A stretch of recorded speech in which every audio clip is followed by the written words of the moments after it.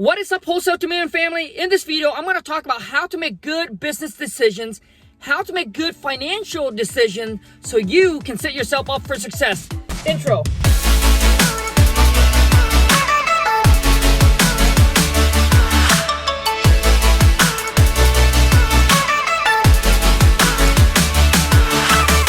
Just so you know, I'm a high school dropout with no college degree, no business degree, no finance degree, all right? And I became a millionaire at the age of 32, and it's not just by getting lucky. So I'm going to share with you some things I did right and some things that I did wrong. So hopefully the good and the bad, you'll be able to learn from it so you don't make the same mistakes, and you'll be able to take away something from this video, all right? So you can set yourself up for a better future, okay? Now, when we start a business, a lot of people, likes to go buy all the high-end equipment, right? They like to go big, go all in. You see, what you're doing is you borrowing debts. I'm basically saying this to a majority of us that when we start a business, we don't have a whole lot of capital to start. Now, if you have the cash, you have the capital, you know what? And if you can afford it, buy the nice stuff. Listen, when I built my personal brand, all from my cell phone, and when I did my wholesaling business, all from my laptop, an HP laptop that I bought for $400, okay? And it's just my phone. And I used to have an iPhone 5S. And I used that for many, many years, making all my calls, closing all my deals, sending out all my contract on my laptop. And I made hundreds of thousands and millions of dollars just from those two items. I didn't have big office space. I didn't have a Mac computer, a Mac Pro, MacBook, or whatever it is, okay? My wife and I have failed at some business that we start, and we have made on some business, right? Our first little small business was a hair extension kiosk at the mall, okay? We put as minimum up as possible, okay? We didn't hire any employee. We were doing all of the work ourselves. We were the first one in, last one to leave. And what we do is once we start making some money from the business, we use that money, we reinvest back in to buy more products, okay? And then we use the money back in to now start hiring employee. When we first started, it wasn't, use all the money that we have saved, let's go ahead and hire employee, let's go ahead and buy all the nice equipment, right? The cash register that we bought was one of those where we didn't have all the high-end, all the high-tech. That comes later after our business starts generating some money.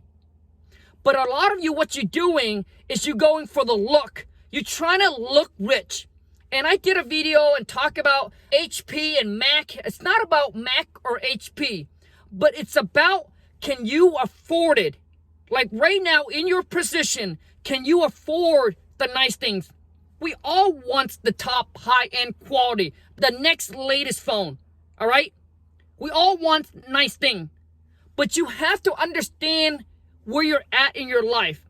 So I'm hoping that this video is not boring to you, because I'm trying to give you kind of insight of how I think and how I operate. Now, for some of you, it might make sense. For some of you, it might not make sense. But one thing I can tell you is whatever you think, all right, you act. Okay, whatever you think dictates your action, and your action dictates your results, dictates where you are right now in your life. You see, all the decisions, the choices we have made puts us where we are right now. So if you're happy where you are, that's great. You've been making some really good decisions. But if you're not, and I think majority of people are not, because you have made some really bad financial decisions. And until you understand and make changes, you always be in the exact same spot. You run around in a circle. And I have said this multiple times. It's not about how much you make, but what you do with the money that you make that will set you free. And people don't understand, when you're starting a business, there's a lot of bills. There's a lot of expense. Taxes, employee costs, equipment costs. There's a lot that most people don't take in consideration. So my wife and I, we take risk, but we take calculated risk. I'm probably a little bit more of a risk taker than my wife. She's a very conservative, calculated risk taker. So yes, we might go a little bit slower than other people, but we're taking on less risk as well. Which means some people goes all in. When you fall on your face, it will take you a long, long time to pick yourself back up again because you have no cushion. You have no savings set aside. You have no reserve. So now what you're doing is you're digging yourself out of the debts and then start from ground zero and build back up. But when you fall on your face, let's say you start a business and it failed, but you still have some money set aside for that saving to actually fuel that business, or maybe just call it and then start a new one. You have some saving, all right, to leverage to start the next journey. So you're picking yourself up from ground zero, not -1. I hope that makes sense. So when it comes to financial decisions, you got to make sure you understand your limit. Understand your limit, and you got to play within it. If you're trying to go fancy, if you're trying to look rich, instead of focus on getting rich, I promise you, you're going to catch yourself in some really bad decisions.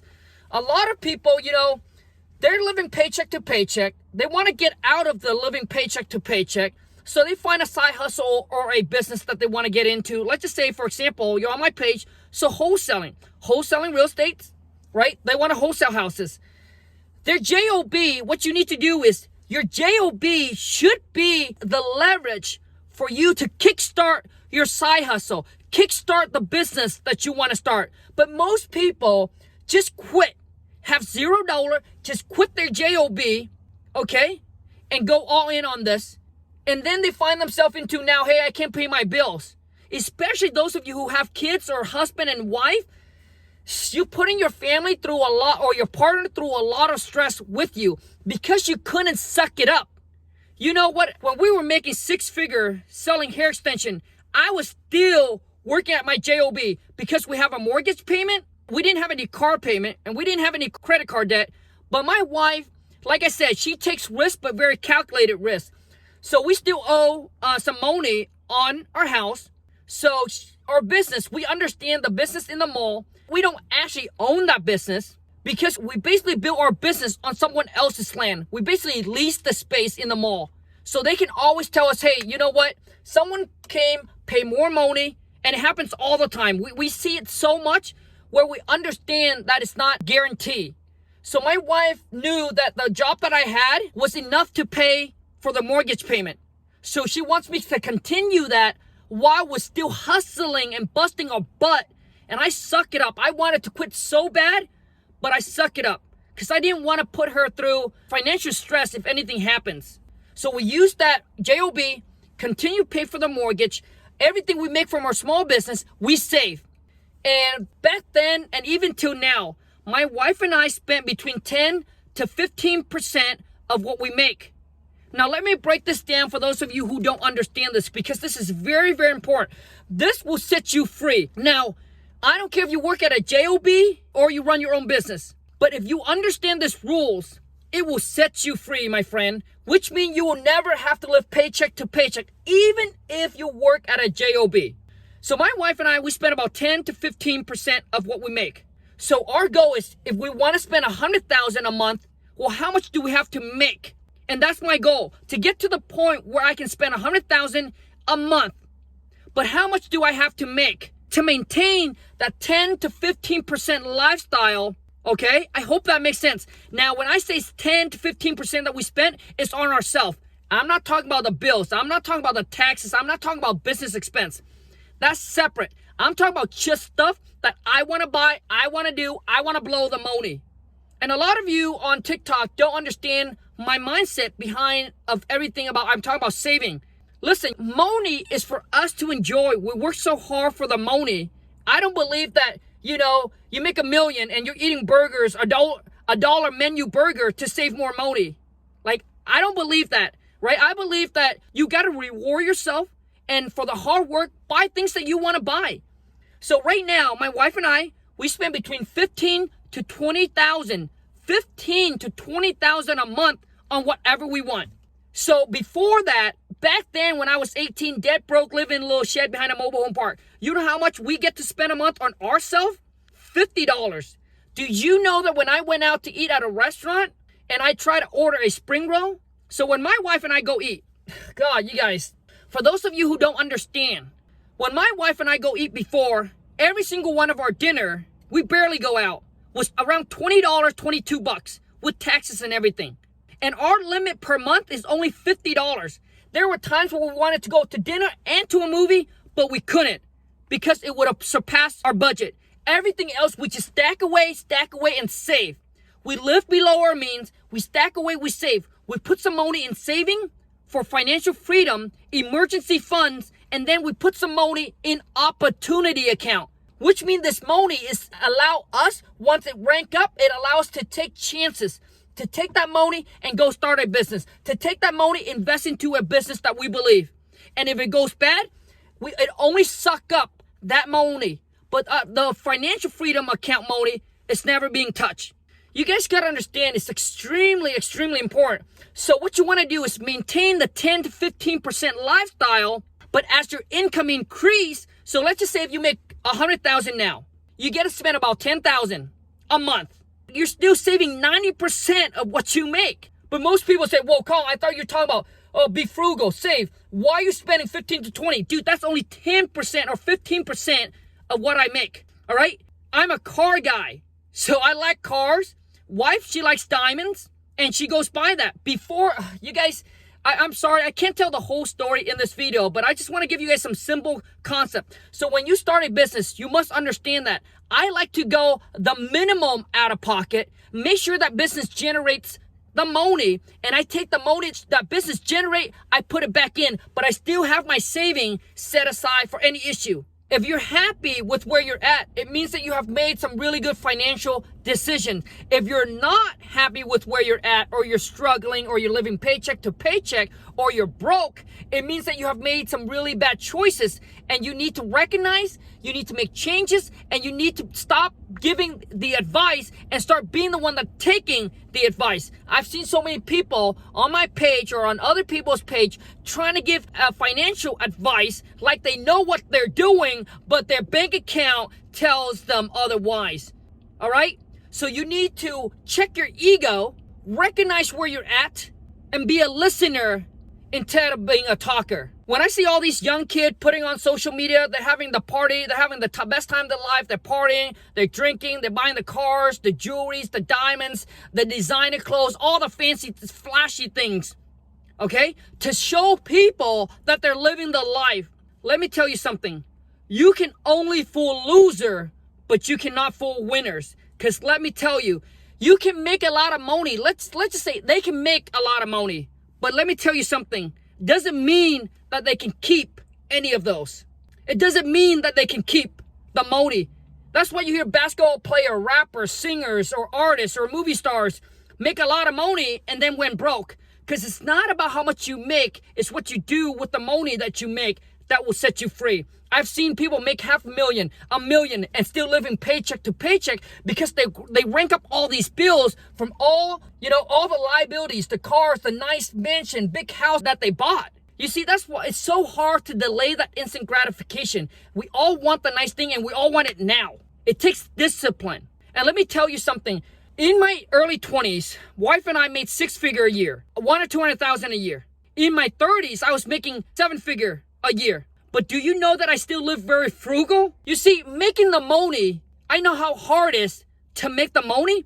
You know what's even harder? Is to actually save and keep any of the money. Extremely hard. So now I get to buy the toys. I get to enjoy, go out to eat and have hundreds. My dinner, it comes to a couple $100. It doesn't matter to me because I've delayed that instant gratification to be able to enjoy it now.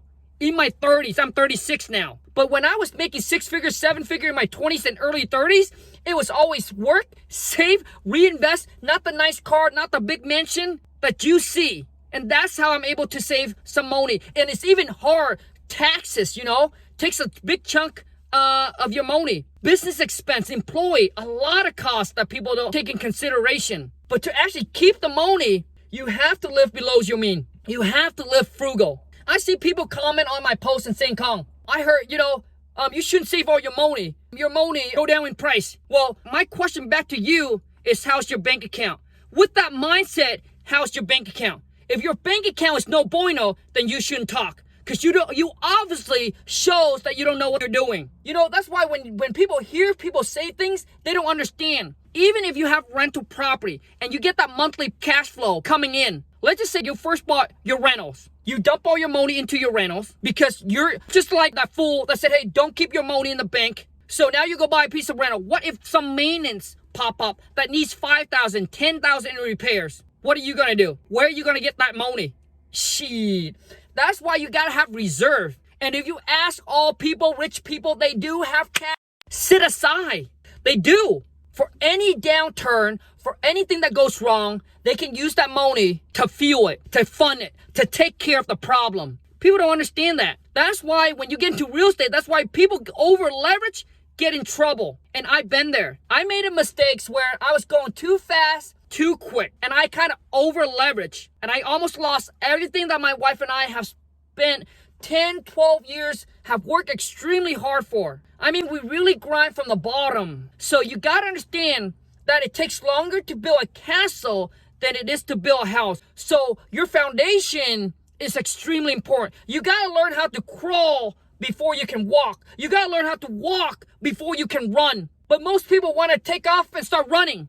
It's not how it works, baby. All right, thank you so much. I'm going to wrap it up. I want to say thank you so much for the love, for the support. Thank you so much for taking your time to watch my video.